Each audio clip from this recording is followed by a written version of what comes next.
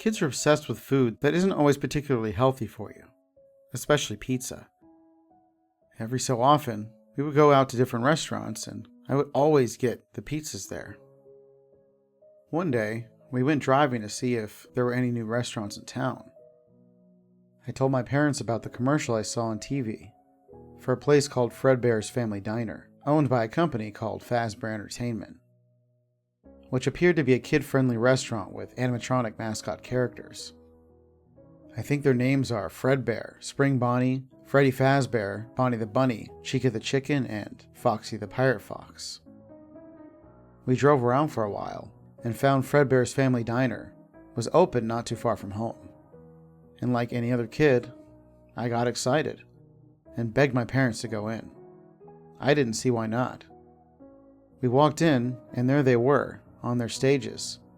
Fredbear, Spring Bonnie in the main dining area.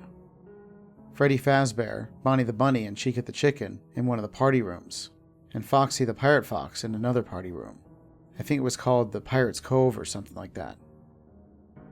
So we sat down and ordered the pizza. It was honestly pretty good.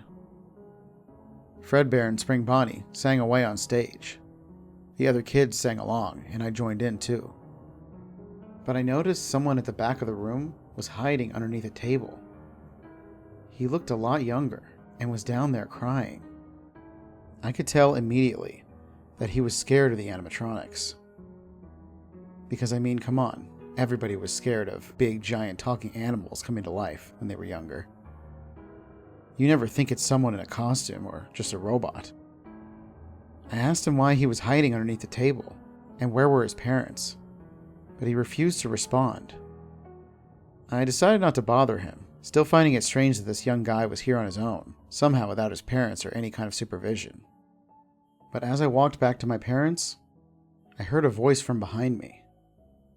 I glanced back to find 4 boys, who looked to be in their teenage years, starting to walk over to him, dressed as the animatronics. Now, the boys were way bigger than me. There was no way I was going to try to intervene and help him. I knew what teenagers were like. They were tormenting him. He had this terror on his face, like I'd never seen anybody show before. I wasn't about to tell my parents, for fear the teenagers would start having a go at me too. When we were getting up to leave, the teenagers in the costumes were gone, but the kid was still under the table crying. He was looking over at Fredbear. He seemed absolutely terrified of him. I guess he was hoping Fredbear wouldn't see him and start walking over. The scene played on in my mind after we went home. From what I could make of it, one of those teens must have been his big brother, and he and his friends must have brought him to Fredbear's, knowing how terrified he was of big animatronics. Because that's what big brothers do to their siblings, they torment them. And then one day, very early in the morning, I looked out the window and I saw a young boy being carried by 4 bigger lads.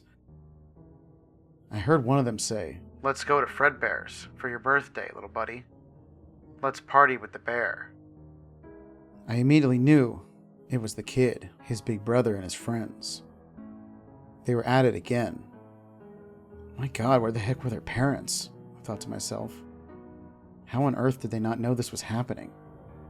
I had to see what was going on, still fearing the teenagers would start doing to me what they were doing to him if I rat them out to my parents or even call the police. I asked my parents, trying not to sound urgent, if we could go to Fredbear's today. Thankfully, they said yes. It was only about 2 in the afternoon when we arrived at Fredbear's. It usually wasn't packed until later in the night. We walked in to see balloons and a huge happy birthday banner over Fredbear and Spring Bonnie's stage. And there they were, pretty much the only other kids there. There was the kid on his knees, crying, begging them to stop. His brother and his friends called him names and made fun of him. "Wow, your brother's kind of a baby, isn't he? It's hilarious.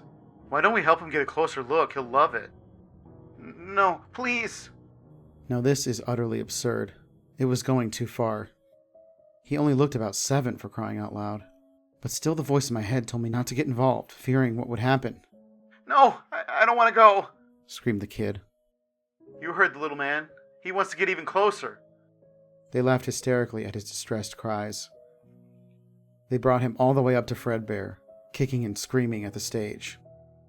Fredbear, being a robot, took no notice of the situation and continued to open and close his mouth, as if only being tested for performance.